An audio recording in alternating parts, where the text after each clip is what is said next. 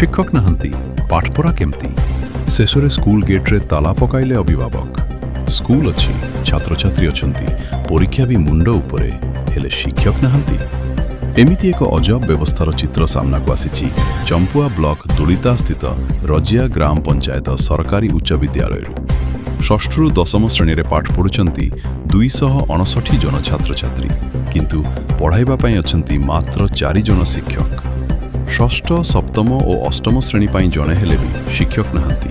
अर्थात छात्र छात्री प्रस्तुत बहीखाता प्रस्तुत क्लासरूम भी प्रस्तुत केवल शिक्षकों को अपेक्षा सेपटे दीर्घदिन धरी पीईटी और हिंदी शिक्षक पदवी खाली पड़ी गणित शिक्षक एसआईआर ड्यूटी रे थिबारु गणित पाठपढ़ा मध्य बंद आउ आगकू मेट्रिक परीक्षा तेबे पिला पढ़िबे केबे एवं परीक्षा देबे केमती एहाकू नै चिंतारे अभिभावक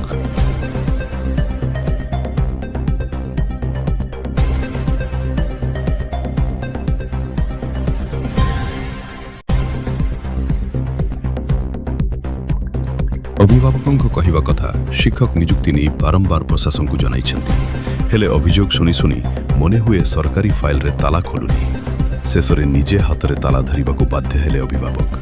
आज शिक्षक पदवी पूरण दाबी रे विद्यालयर मुख्य गेट रे ताला पकाई प्रतिवाद करिछंती अभिभावकों को प्रश्न 259 पिलांको भविष्यत दायित्व जदि 4 जन शिक्षकों कांधरे तेबे बाकी पिलांको पाठपढ़ा दायित्व पिलांको पाठपढ़ा दायित्व कहार एबे देखिबाकू बाकी रहिला अभिभावकों तालारे प्रशासनर आखि खोलुछि ना पुनी आश्वासनर चाबी देई मामला शेष करा जाउछि।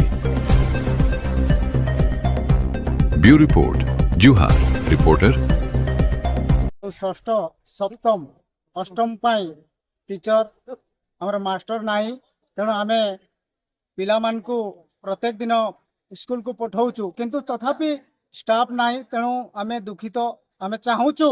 आमर दाबी निश्चित मास्टर निहाती दरकार डीओ ऑफिस रे जेते भी स्टाफ अछंती तुरंत आपण एटा को दाबी को पूर्ण करबा पाई चेष्टा करिवे नले आमे राज रास्ता को उलेबा पाई निश्चित आमर प्रस्तुत अछु आमे जेते भी आमर पिला आछंती आमर एटी 9टा ग्राम अछि आमर उच्च विद्यालय रजा पंचायत रे एनो मो दाबी आमर दाबी पूर्ण हो स्कूल रे टीचर भाव अछंती हम मैथ पढ़ाई पर नहीं से मैथमेटिक्स सर को एसआईआर ड्यूटी दिया है सेटा प्राइमरी टीचर को देबार কথা কিন্তু से हाई स्कूल टीचर को दे दिछंती तो हम मैथ पढ़ाई पर नहीं तो परे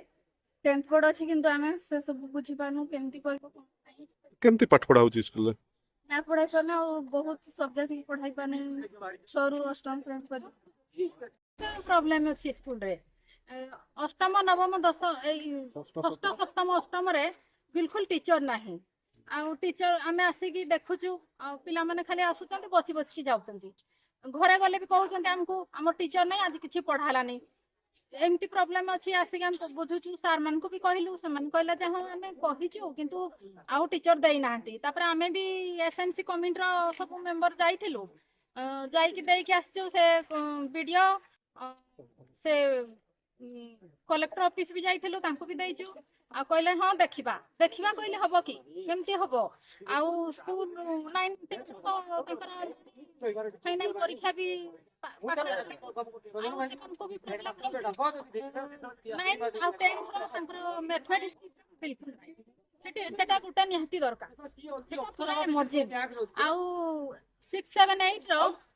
शिक्षक निहती हमरो 3 जन निहती दरकार आउ सेटा टिके आपण माने जाहले भी समाधान करन स्कूल रे टोटली टीचर नहंती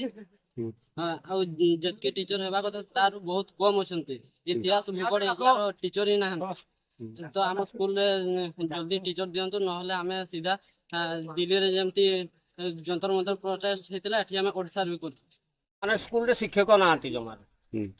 दीर्घ दिन हबो जणछु हमें भी जणछु सर माने भी जणैछंती आम पूर्व जो एसएमसी कमिटी थिला पूर्व कमिटी से माने भी बारंबार जणैबा सते भी आज किछि एपर्यंत काम किछि हे पारि आमे भी जणैलु सब कलेक्टर वीडियो बीओ पाको आमे जाइछु से माने हो देखिबा एई टाइप रो ही कथा माने कथा उडा चाउळा कथा समान कहउछ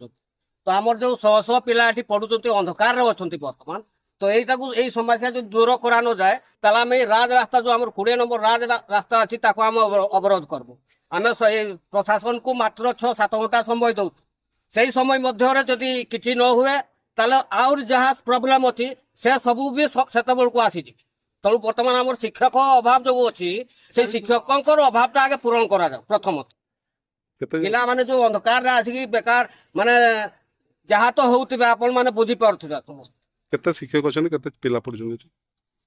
ଏମଇ ସେକ୍ସନରେ ଷଷ୍ଠ ସପ୍ତମ ଅଷ୍ଟମ ପାଇଁ 142 ପିଲା ଅଛନ୍ତି। ତେବେ ଏଇ 142 ପିଲା ପାଇଁ ଜଣେ ହେଲେ କୌଣସି ଶିକ୍ଷକ ନାହାନ୍ତି, ଜଣେ ବି ନାହାନ୍ତି, ଆପଣ ମାନେ ଯାଇକି ନିଜେ ଦେଖିପାରନ୍ତି। ଆଉ ରହିଲା ହାଇସ୍କୁଲ ଯୋଉ ନବମ ଦଶମ ପିଲା ସେଠି 117 ପାଖାପାଖି ଅଛନ୍ତି ପିଲା, କିନ୍ତୁ ସେଠି ଅଛନ୍ତି ସେଠି ସାର୍ ଆଉ ଗୋଟେ ମୁଖ୍ୟ ସମସ୍ୟା ମ୍ୟାଥମେଟିକ୍ସ ପଢା ହେଇପାରୁନି। ଆମର ରଜିଆ ଗ୍ରାମ ପଞ୍ଚାୟତ ହାଇସ୍କୁଲରେ ମ୍ୟାଥମେଟିକ୍ସ ଟିଚର ନାହାନ୍ତି। ଆଉ ଯୋଉ ଟିଚର ଅଛନ୍ତି ତାକୁ ଏସ୍ଆର୍ କାମରେ ସରକାର ପଠେଇ ଦେଇଛନ୍ତି ବାହାରକୁ। କ'ଣ ଆଉ ସ୍କୁଲ ମାନେ ପଞ୍ଚାୟତରେ ସାର୍ ନାହାନ୍ତି? ୟୁପି ସ୍କୁଲର ଜଣେ ଶିକ୍ଷକଙ୍କୁ ଦେଇଥିଲେ କ'ଣ ଅସୁବିଧା ହେଇଥାନ୍ତା? ମୋଟ ଉପରେ କେତେ ଜଣ ଶିକ୍ଷକ ଅଛନ୍ତି? ଶିକ୍ଷକ ଏଇ 3-4 ଜଣ ଅଛନ୍ତି। ଆମେ ଗଣି ନାହିଁ, କିନ୍ତୁ ଆମେ ଯେବେ ଆସୁଛୁ ପିଲାକୁ ପଚାରିଲା ପାଠ ପଢା ହଉନାହିଁ, ସାର୍ ନାହାନ୍ତି, ପିଲାମାନେ ଇଆଡେ ସିଆଡେ ବୁଲୁଛନ୍ତି। ଏଇ ସବୁ ଅସୁବିଧା ଆମକୁ ବହୁତ ବାଧିଛି। ଆମ ଛୁଆମାନେ ଏଠି କେବଳ ଆମର ଏଇ ଲେବର ଶ୍ରେଣୀର ଗଲା କାର୍ପେଣ୍ଟର ଏଇ ଶ୍ରେଣୀର ଲୋକମାନେ ହିଁ ଏଠି ପଢୁଛନ୍ତି। କୌଣସି ସରକାରୀ କର୍ମଚାରୀଙ୍କର ତାଙ୍କର ଛୁଆମାନେ ଏଠି ପଢୁନାହାନ୍ତି। ତେଣୁକରି ଆଜି ଅବହେଳା କରାଯାଇଛି। ଏହା ତୁରନ୍ତ ସମାଧାନ ଦରକାର।